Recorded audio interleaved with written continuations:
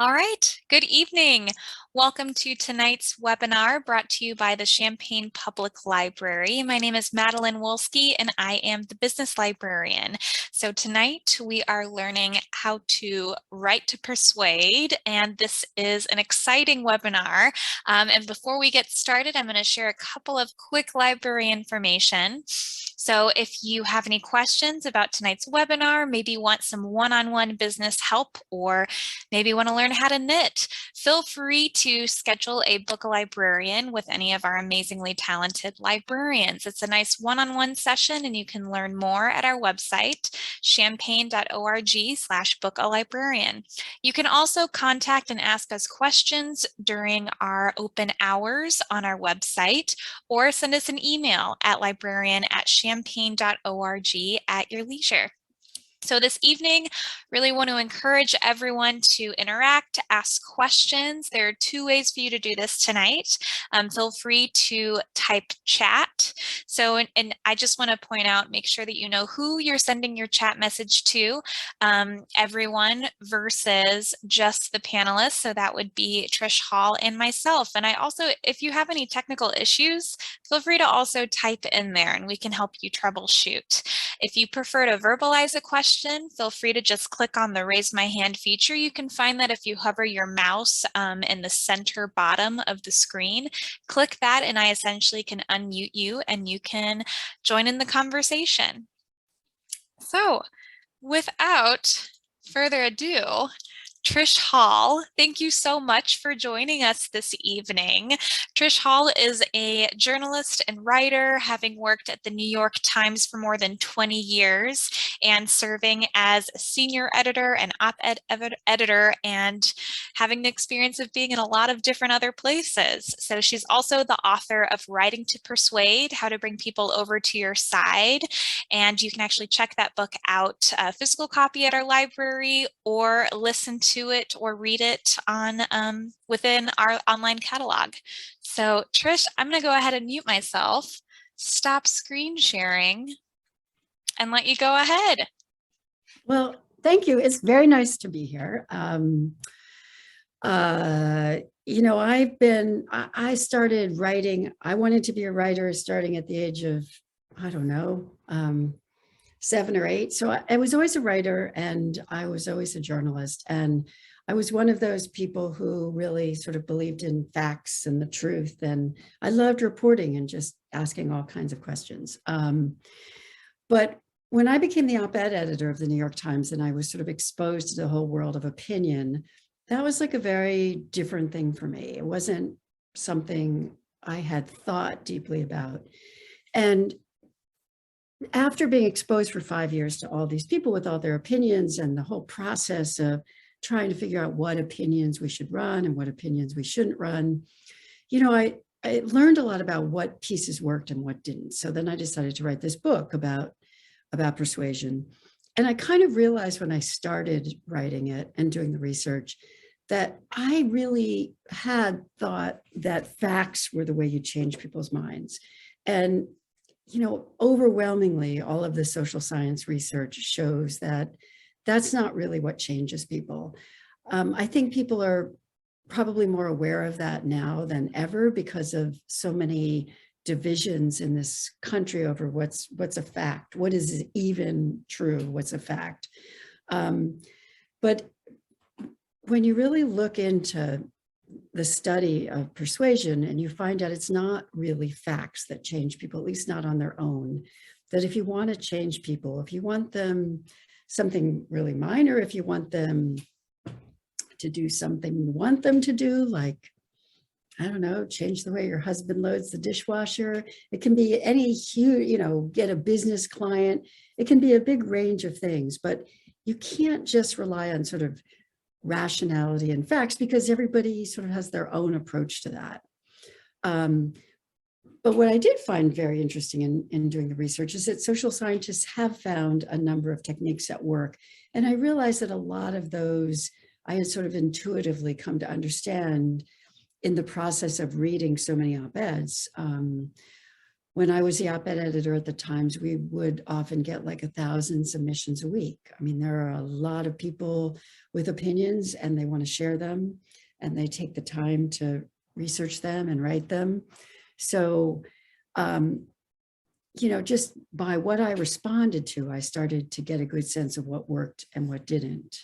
But on the whole, question of argument, people don't want to be yelled at. They don't want to get into arguments. They don't want to be confronted. They don't want to be told that they're wrong. So I sort of think I'm going to go through the social science first and then talk about how that might apply to whatever kind of writing you're doing. So, argument is kind of a no-win word. No one really wins an argument.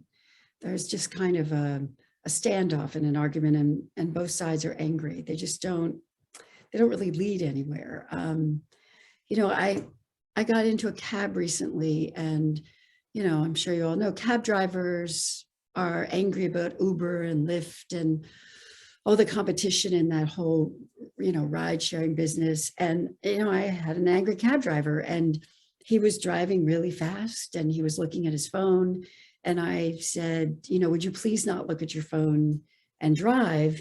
And that was not a good move on my part, because he just got madder and started driving faster. So I backed down and I sort of said, okay, I'm sorry, you should just drive however you want to drive. And I'm sure it's fine. And I'm sure you know what you're doing.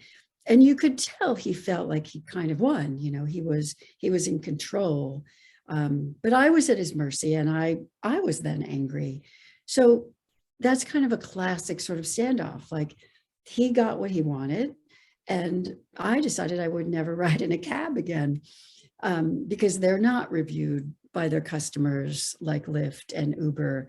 And after feeling really sorry for what had happened to the cab drivers in New York, I felt sort of powerless. And I don't know, I just thought that's what happens a lot in arguments.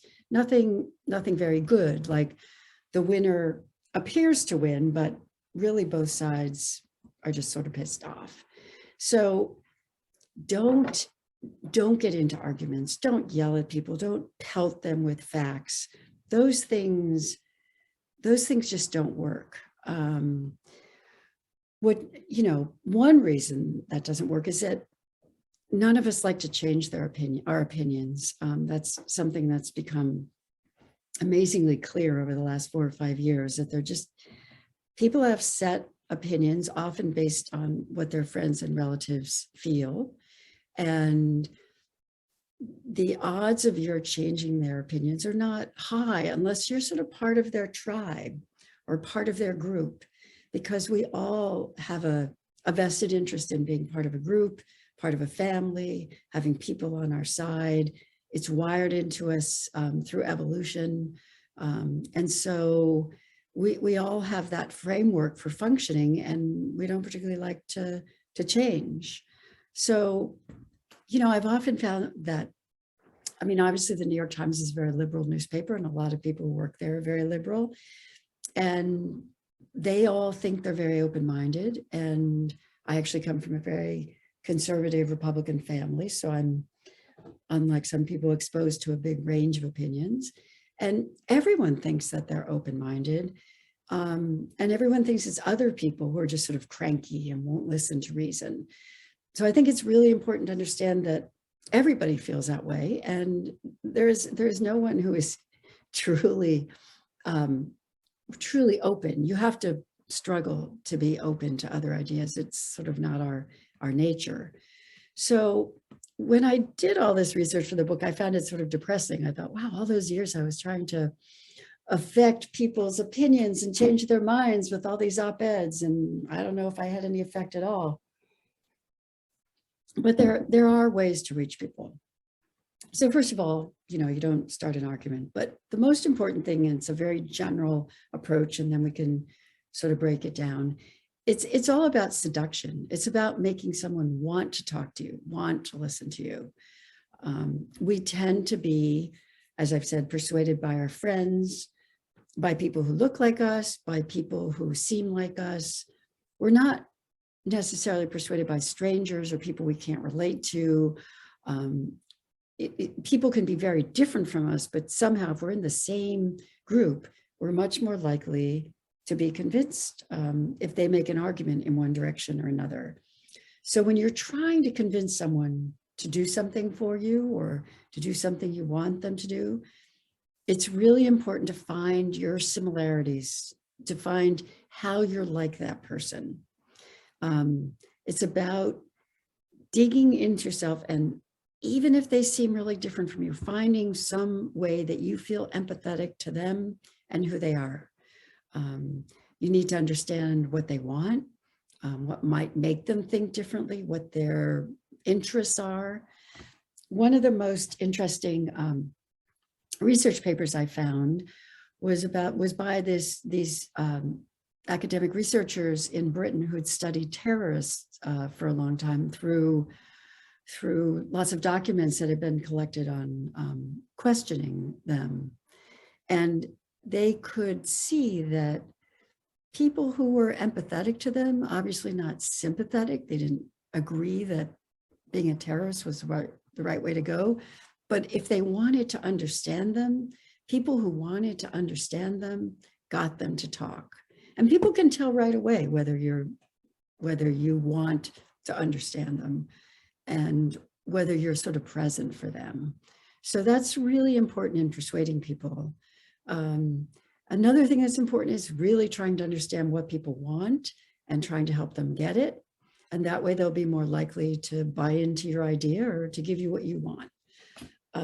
Some of that is very sort of basic and maybe crass, like giving people gifts and doing them favors. I was at the New York Times for a very long time. And before that, I was at the Wall Street Journal, and both places had very strict rules about not taking anything from anyone. Public relations people were always sending us things. They were always sending us little gifts, free things. And of course we wanted them, but there is a reason that we shouldn't have taken them. And that it's not like, oh, you give me this and I'll write something positive about you, but it's unconscious. Like when people give you a gift, you sort of feel like you owe them something. It affects the way you look at them. Another way to affect people is to flatter them. There was a very funny study I found that said there's actually literally no limit to how much people want to be flattered. Now, obviously, you need to do it in some way that doesn't seem ridiculous, but flattery is effective. And if you want someone to do something for you, think about what they would like to be told and what they would like to hear, because it makes a difference. So it's useful to understand what people want, to flatter the part of them that would, respond in some way, to do something for them, to give them something. I mean, we all see this all the time. You see it in business all the time. I was in a hotel and there was it was like last summer, I guess, there was a really horrible noise from the air conditioning system right outside the window. So I asked the front desk, I was, really apologetic. I wasn't angry. I was just like, I'm really sorry. I know I live in New York, but I really hate noise. And is there any way you could give me a quieter room? And they were wonderful, and they gave me a much better room, as a matter of fact. And it's things like that are very smart business moves, because they gave me something. They didn't have to, but they did. And so I was never going to write a negative review of them or post online on Twitter or any place else about this terrible noise problem they had in some part of their hotel, because I felt like I owed them something.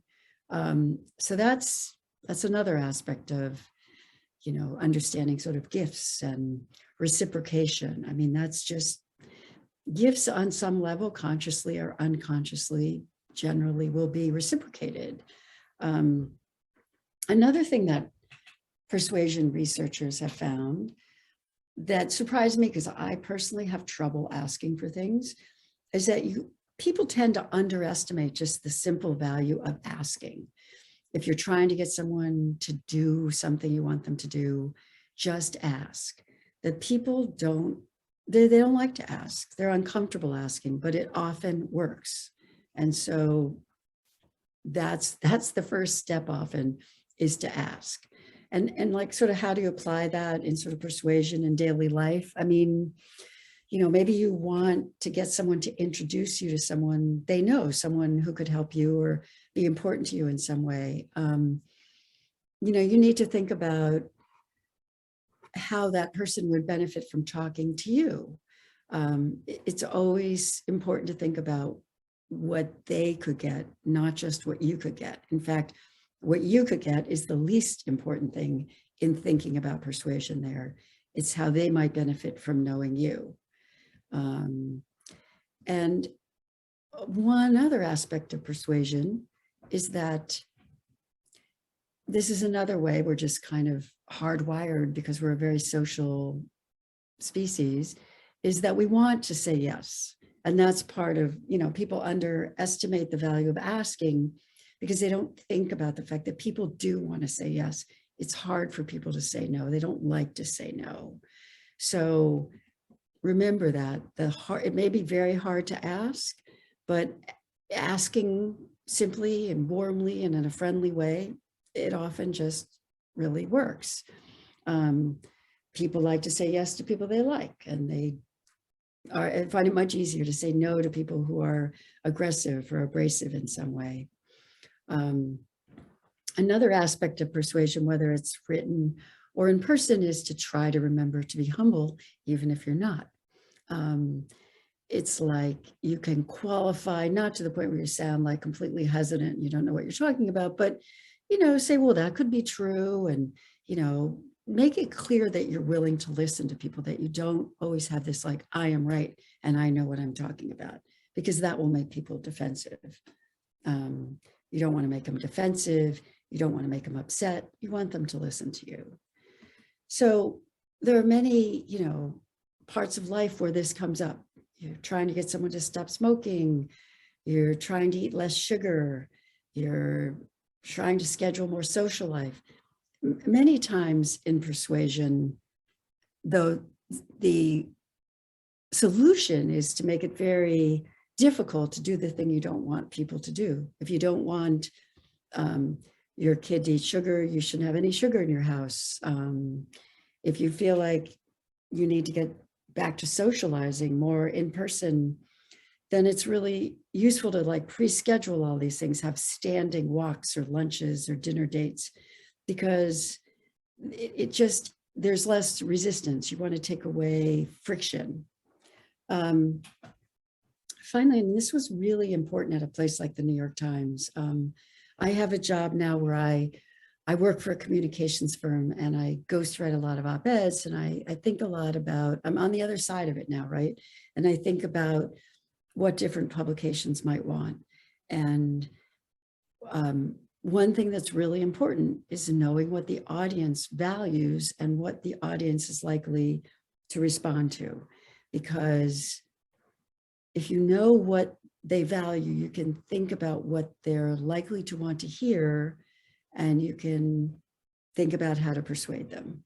I mean, research really shows that Republicans and Democrats are really bad at persuading the other side of anything. And they are, because they come from their own values. They don't really try to understand the values of the audience of a different party or a different group. So, a really intense issue always has been abortion. And when I was at the Times, there'd be, and there still are, lots of op-eds on abortion. And, if someone was writing an op-ed trying to convince people who are opposed to abortion that a woman's right to choose is more important than any other moral value, they're not going to get anywhere with that argument, because they're on different planets. People need to think about, like, if you're trying to convince a religious Christian that abortion is possibly has some value to it, you have to try to understand the values they come from. So that was something that was incredibly relevant at all times in op-ed. And when we had, op-eds from conservatives. Some of the most clever conservative writers would find ways from the very beginning of their pieces to connect with this kind of liberal audience so that they could get their attention. They would not start right out in such a way that would just sort of put people off. But most people don't hear a lot of opinions that are very different from their own, either because they're not exposed to them, or they just find it, they just don't search them out. So it's like, I remember just before COVID started, seeing a play in New York by this young playwright named Will Arbery, called Heroes of the Fourth Turning. And all of the characters were conservative Christians. And I happen to really love theater. It's one reason I live in New York. And in all of the decades of going to plays in New York, I have absolutely never seen that point of view represented. And, it was kind of striking how small your world can be if you don't really try to break out of that. So in terms of persuading people, there's so many things here. One is, okay, so you've got to know your audience, what they want, who they are, how you might reach them. And so that applies to like big philosophical arguments like abortion. And it applies to smaller things like, I don't know, sweeping the kitchen floor. And, it's sort of the same issues, whether you have an audience of one person or an audience of 100. So another interesting element of persuasion is that you should not repeat falsehoods, because that's actually what your audience will hear. So if you say, some people think immigrants are more likely to be criminals. And if you're opposed to that point of view, you would not say immigrants are not criminals, because the word criminals will be linked in that case to the word immigrants. Say something like immigrants are farmers, or immigrants continue to, contribute to the economy. It's really important not to repeat negative language when you're trying to oppose another point of view. There's a lot written about this by really interesting sort of political strategists. One is this guy named Frank Luntz, and he talks a lot about words to use and not use. Right now, he's particularly interested. He's a Republican strategist, and he's trying to get Republicans to act on climate change. And he's very interested in the sort of subtle effects that words have. So he wants people to say there are going to be new careers, not new jobs, because careers just sounds more exciting.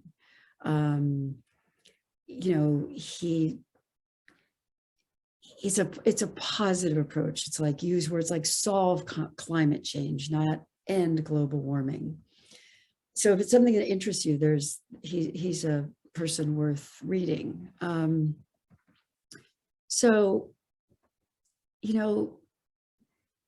He, for instance, this is just something I've noticed on planes, but when you go on a plane and they say, please put your phone into airplane mode.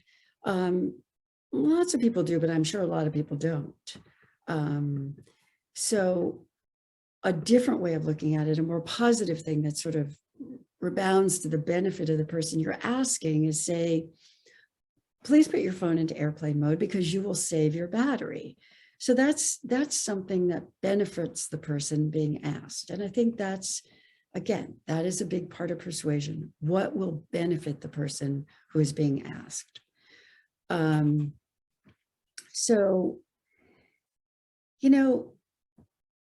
This translates into writing in a lot of different ways, and I'm very, very eager to hear your questions, partly because I don't love looking at a screen. I wish we were in person, but there are some ways that you can, connect this to writing. Some things I might be able to be helpful on. Like, let's say you're trying to get someone to do something and you're emailing them. One of the things that I've really noticed that sort of drives me crazy, and I think other people notice it too, is that if you have a very vague subject line, it might just go right by me. People who get a lot of email, if it's just kind of, yeah, I don't know, a question, a request, I don't know. If it's very vague, it's easy for it to get lost. So I'm like a big believer in the very specific subject line. Hoping you can come to this event Wednesday, something very, very specific. And then I think emails need to be really short. You probably all know that. But I also think it's really valuable if they end with something that requires action, because I've noticed myself, if it's a really long email and then at the end, I'm not quite sure what I'm supposed to do and I get distracted, it just goes into that email pile and I never get back to it. So in addition to making it very clear what you want, very, very clear, very short, and then having the last sentence be something that requires action from that person. I will leave a ticket for you at the entrance. Please confirm that that is okay with you. Something that requires them to write back. I think that makes a big difference. As far as like becoming a better writer, you know, people who write generally read all the time. They read everything. Like because I was a journalist for so long, I still read a lot of journalism, newspapers, magazines, all kinds of websites, Substacks. I think you learn to write, and everybody always needs to get better. No one's ever perfect. It's just read all the time and see how other people do it. So if you want to be a speech writer, it's really important to read speeches. If you want to write novels, you have to read novels. It's just really important to read the form that's important to you. If you're a salesperson, it's really important to read books on marketing and examples of emails that work, examples of texts that work, because it's interesting over time. Of course, that all alters. Like many people seem to use text more now the way they used to use email instead of just text as an urgent thing. So our communication methods are constantly changing. For, you know, op-ed writing or essay writing, I think it's, and this is something that was really clear to me as an editor reading hundreds of pieces and what I would respond to. People respond to stories. We have emotional needs for stories. That's why we gossip. That's why we read novels. That's why we watch TV shows. So whatever you're writing, if it's an op-ed, for instance, and you know, look for suspense, look for conflict, look for dilemma. You know, you need the flow to be logical. You don't want to confuse people, but you really need to tell some kind of story and find some way to reach people. And the biggest mistake, and you need to be focused and you need to be clear. It's really useful to be specific. You know, it makes things more vivid. So don't just say someone's tall, say he's 6 feet 9 inches. But in the work I do, the biggest mistake I see in writing are cliches and just the insider language of sort of the world that someone is in. So it's like everyone from nonprofits to big companies like McDonald's, people talk in the jargon of their field, and they seem to find it really hard to get out of it when they're writing. And as long as you're writing in that kind of jargon, regular readers will be turned off. Like even if they kind of know what you mean, it sounds like a robot wrote it. It's really crucial not to use jargon. I don't know, a couple of years ago, I wrote this down because I was in a meeting and I just thought, oh my God, this is the perfect example of the way corporate people talk. I will not identify the client, but the person said, we want to take a view and put a stake in the ground because we have some skin in the game, which is basically just this pileup of business cliches. And, you know, nonprofits are just as bad as business. I mean, everybody does it. Every newspaper people do it. Every industry has their cliches and their insider language, and it's just a really bad idea. The last thing, and then I'd love to hear your questions, is that I think everybody knows you should try to make your word, you know, choose powerful words. Don't be wordy. Don't use lots of words when they're not adding anything. There's actually a wonderful government site. The government amazingly enough, has a plain language program. And I really liked some of them. So I'll just end with that. So they gave before and after examples. And here was a before. The before was, when the process of freeing a vehicle that has been stuck results in ruts or holes, the operator will fill the rut or hole created by such activity before removing the vehicle from the immediate area. Now, we've all read things like that. We read it in our mortgages and our insurance and everywhere. Things are written like that, and it's maddening. You never know what anyone's talking about. So here's their after. If you make a hole while freeing a stuck vehicle, you must fill the hole before you drive away. So, you need to look at your own writing, whether it's something short or long, and take out excess words that aren't adding anything, and think about words that might be more clear, or sentence structures that might be more simple. With that, I would really love to see who you all are and hear what you have to say. And because, one of my big things is that you have to know your audience, and I don't know you, and I don't know, how I might be helpful. So please let me know. Thank you so much, Trish. You had a lot of really great points that I'm sure we'll talk about a little bit more today. So the first question that came up is from Jana. What was the name of the author to read again, specific to not combining negative language with your headlines? Oh, Frank Luntz, Luntz was one. And then I'm forgetting his name, but there's also a professor at Berkeley. Wait, let me look for his name.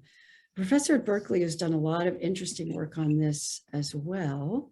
He's a linguist, George, but I'm forgetting George's last name. Wait, I'm going to look it up really quickly because he's such an interesting writer. Lakoff, George Lakoff, Lakoff. So I learned a lot from both of them in terms of language and persuasion. Great, thank you so much. So we had a couple of questions that a lot of people submitted prior to this webinar. And I think a lot of business owners kind of struggle with, and entrepreneurs, and it's how to identify and separate their own writing voice from their business's writing voice. Especially when sometimes the spheres of private and public kind of get intermingled a little bit. Well, so what would be an example of that? Like most companies they develop a voice, you know what I mean? Like some companies have sort of goofy advertising and others have very sober advertising and marketing. I think, if it's a small company and you started it, it's very possible the voice of the company is actually your voice. But I'm curious if the person who had that question would be willing to give an example of that. Like, is it difficult to keep the personal voice? Are they talking about in emails? Are they talking about in meetings? Yes, specific to emails. So they were wanting to know, especially when they're they're finishing a sale with a consumer, versus how can they convey that same product they're selling, maybe not to just one individual, instead to someone who might be purchasing on behalf of a company. So they're just so they say, I feel conflicted knowing when to use more casual jargon, because that's how her company portrays itself. It's very casual. She says lots of influencing, selling things online, and she's not sure how to cross into the more professional sphere. Yeah, I mean, that's interesting. That's it. Some people are put off by super casual approaches. And I think if your company has a casual tone, then you too can have a casual tone. But if it doesn't, you probably shouldn't, because it's jarring. Yeah. Cool. Thank you. So another question. So when you're getting to know your audience, what are some of the questions that you can ask them to kind of get a feel of how you should best persuade them, especially if you're trying to sell something? Um, I don't know if it's by asking questions, but like if you're trying to sell something, I mean, are you trying to sell it to one person? Are you at some convention, you're trying to sell it to a group? I would say it to a group, trying to identify or what style tone should you use for, or they're trying to figure out. Um, I guess that would be more of a marketing question, especially like when you're identifying your target audience. Um, what are some great questions to get to know more about a group of people? Hmm. Um, it's hard to get to know a group, right? Like Mhm. if you're advertising in the New York Times or the Wall Street Journal, or if you're there are publications that are known to have certain kinds of readers, so that gives you an idea. But if you're just like if you're talking to a big group,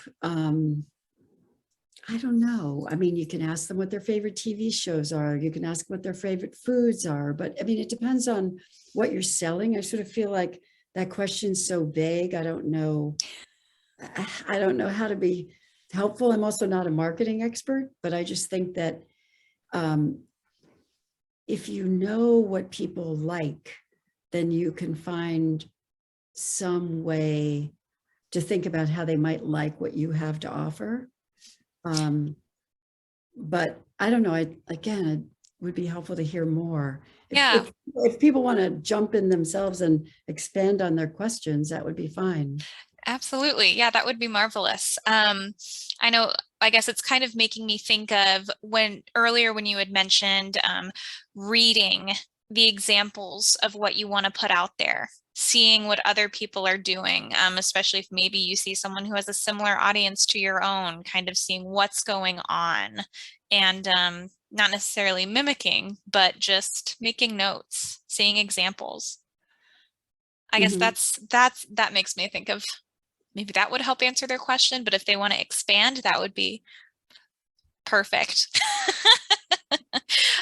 So I guess the question that I have while we wait for them to ask it is, you had mentioned like creating headlines that grab attention. What are some words? You said like soft language earlier or like kind language when you're mentioning your own brand, but what are some great tactics to kind of improve your headline attention grabbing skills? Oh, it's funny. I feel like a lot of headlines are somehow summaries of the whole article, or again, they often suffer from the same thing the articles suffer from, which is like, or press releases or whatever, just a lot of corporate blah, blah, blah language or jargon. So, I mean, I think it's really important to always put yourself in the place of the reader, or think about what you would tell your family when you finish work at the end of the day. Like, what's the most interesting thing about it? Like, just what's interesting? What's the thing that stands out? Um, Rather than trying to sort of summarize the whole thing or cover the whole territory. Like, I think if we all remember that we're all just people who want to know what's interesting, like, what would you tell your friend? You know, Mhm. like, think about the headlines too often don't sort of focus on,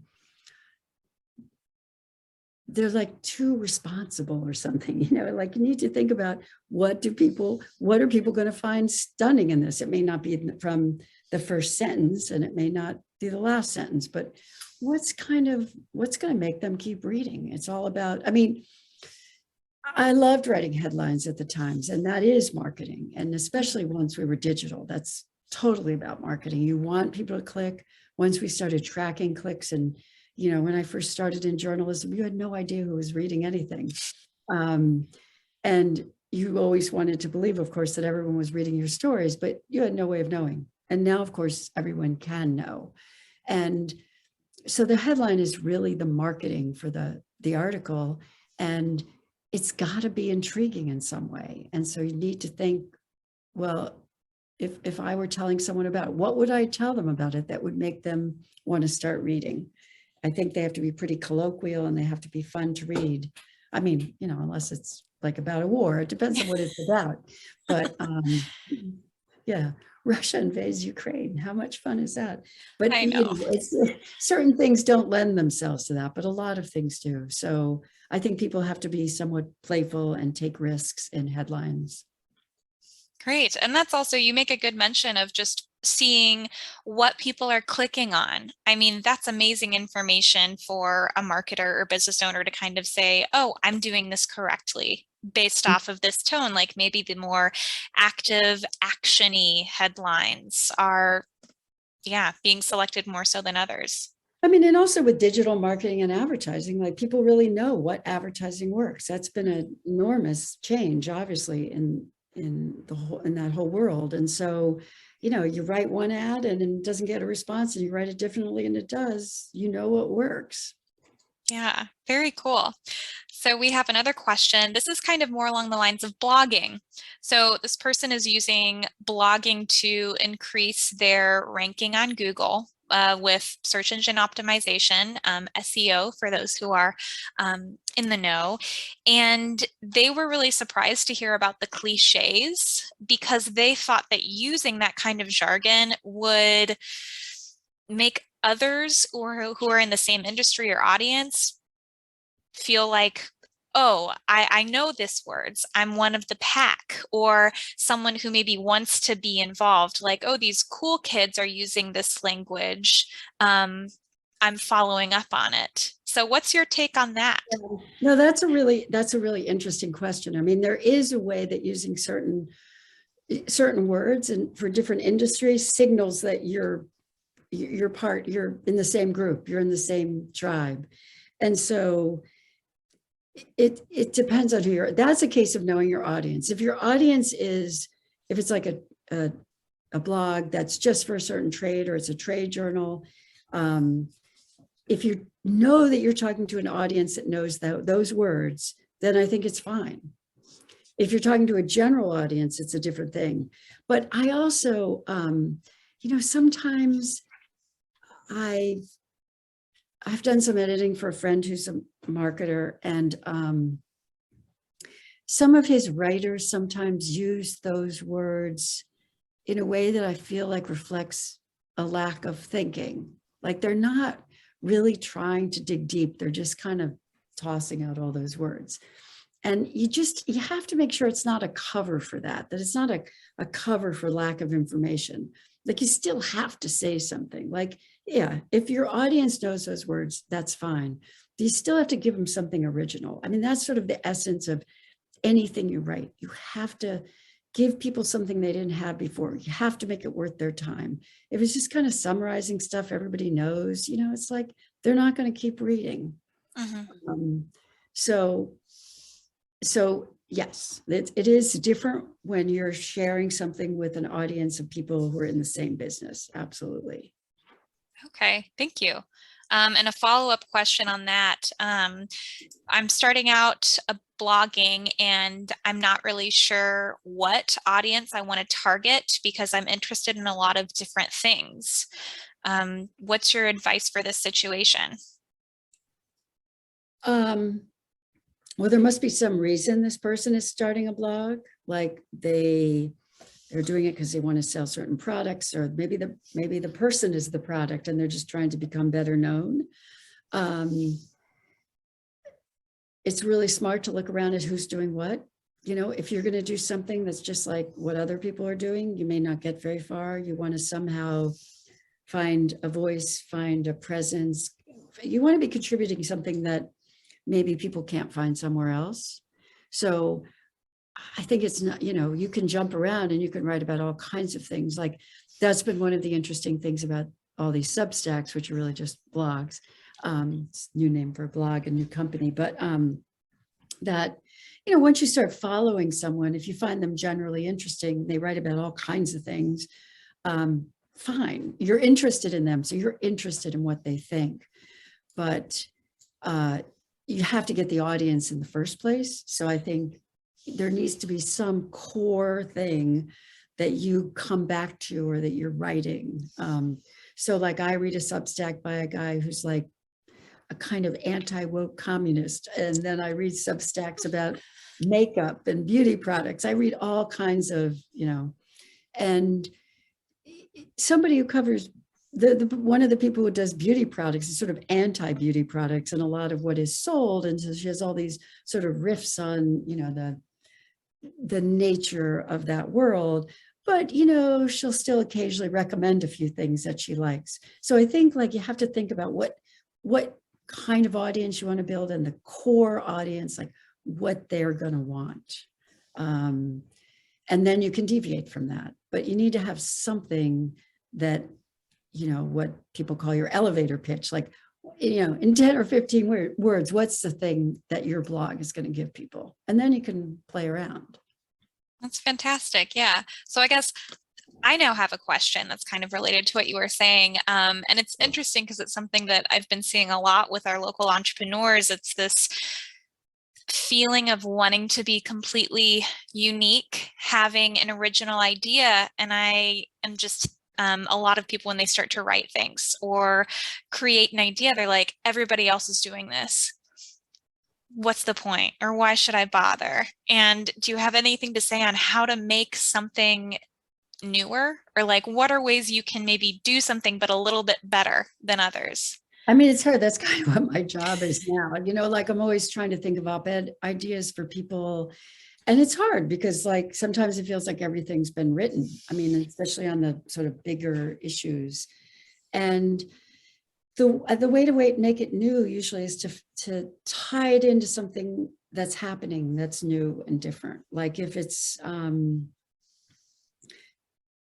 it could be legislation, it could be something that happened in your town, it could be, a new book, it could be a new movie, it could be a TV show, it could be anything. But if you there is always something happening, and you can take kind of classic issues and address them in the context of that new thing.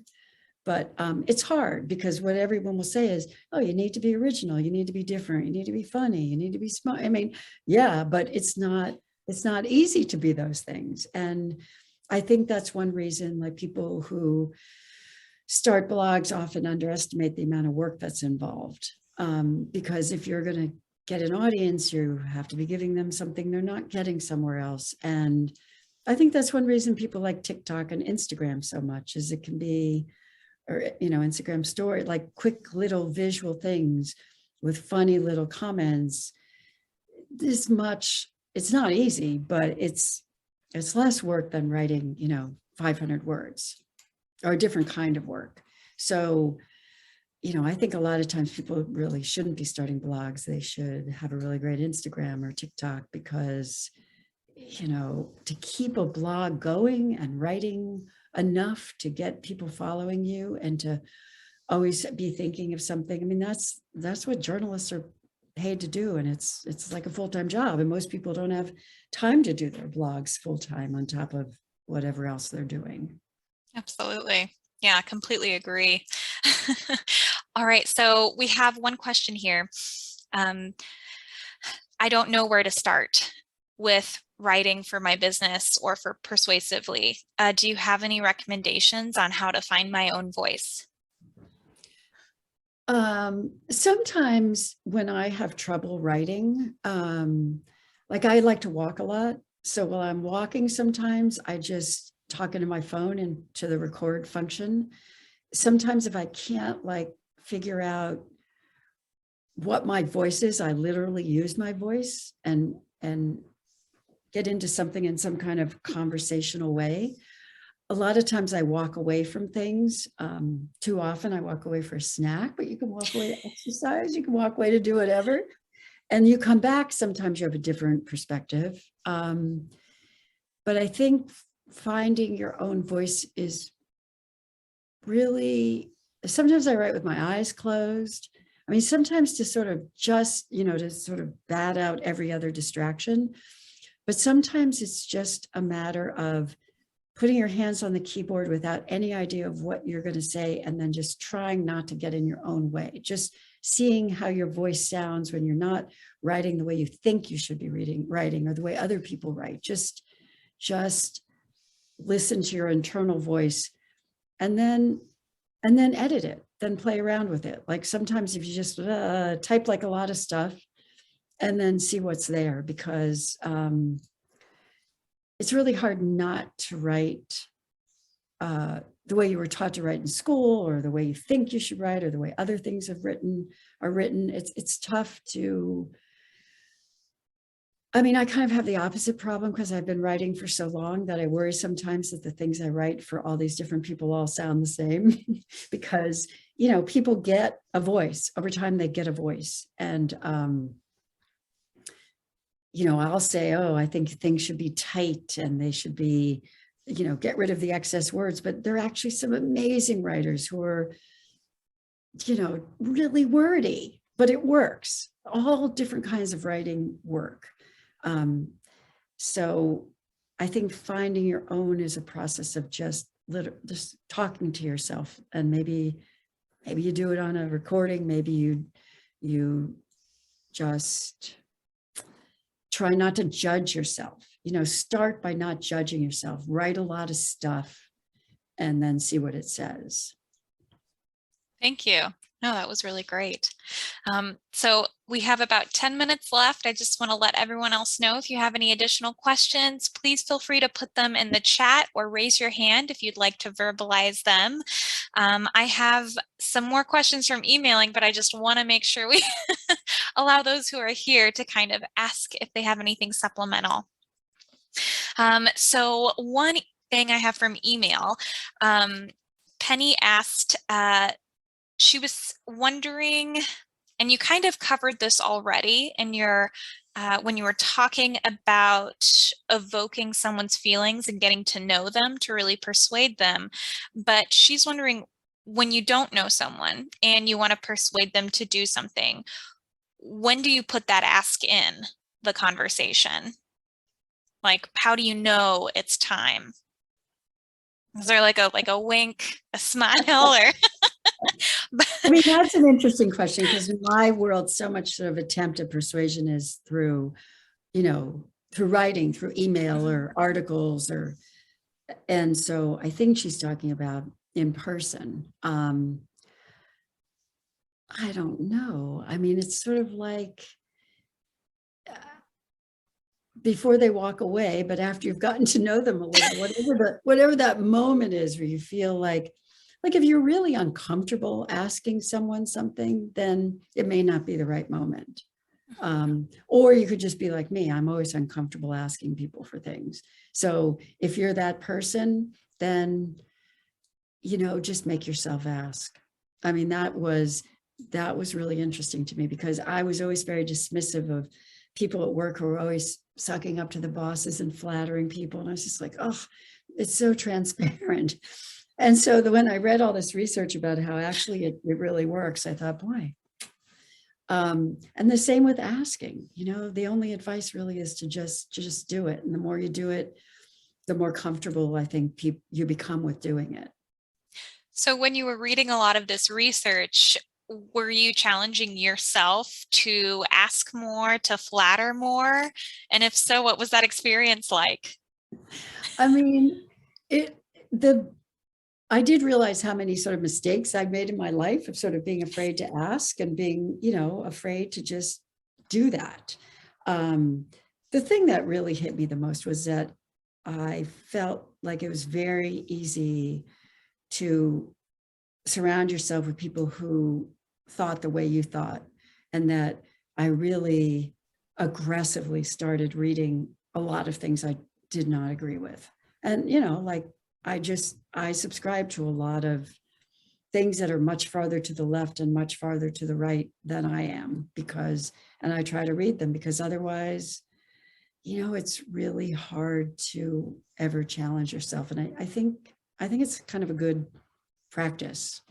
I mean, I don't know why I think it's a good practice. I think the vaccines are a really interesting example. Like, I think it's important to understand why there's still lots of people who don't want to take them, because if you don't understand that, you kind of end up walking around being angry at the people who won't take them. And or if you think the vaccines are stupid, you end up being annoyed by the people who believe in. I just think the more you expose yourself to different points of view, the happier you are in engaging with lots of different kinds of people and just sort of living in the world, like it's people are different. And I think you have to make an effort to see that. And I don't think I was doing that enough until I did this research. Yeah, wow, that was very moving. I completely agree. I think that's one of the wonderful things about working in a library is that we're exposed to every aspect of our community, and it's see, you don't wonderful. You would not have the same problem I would. Well, but when I read personally, it is really hard, and it's interesting because sometimes it feels as though it's like, oh, I'm avoiding Facebook or the front page of the news or all these other things because it's that, like, you're afraid of seeing those differing opinions, thinking it's going to trigger something, when reality it's kind of like exposure therapy, I guess. Yeah, no, I think that's a good way to put it. I think, yeah, but as far as the sort of learning to ask, and I'm not in the same kind of job anymore, so I don't know if I would have gotten better at asking, but that too is like exposure. I mean, with all things, whether you don't like to fly or whatever people don't like, the more they force themselves to do it, the better able they are to do it. Yeah, that's and if marvelous. Someone says no, they say no. Like, so. Yeah, I think especially in the business world, I mean, it's so great to kind of try to invalidate your business idea or your service or your product, because then that allows you to see the flaws in it and make it more valuable and better to those around you. So fantastic. Well, on that note, it looks like we just have some comments saying, this is a delightful presentation. We have someone who commented, Amanda Palmer wrote The Art of Asking, and I'm wondering if this is a recommendation from an attendee this evening. So I'm going to take it as a recommendation. So thank you. I never read that, but I will. Oh yeah, we have a yes, she's amazing. So all right, noted. Amanda Palmer, The Art of Asking. So I'm going to quickly wind down tonight's amazing webinar by letting everyone know, get excited. Trish Hall is coming back to Champaign Public Library. So our wonderful librarian, Solemn, she has her writer's workshop series, and this is really geared towards writers aspiring or those who just love to write. So Trish is going to talk about persuasive writing, especially as it as it portrays. Can't remember the word anymore, or how it's relevant to writers. As opposed to business owners. And you can attend on the 16th. That'll be at 7 p.m.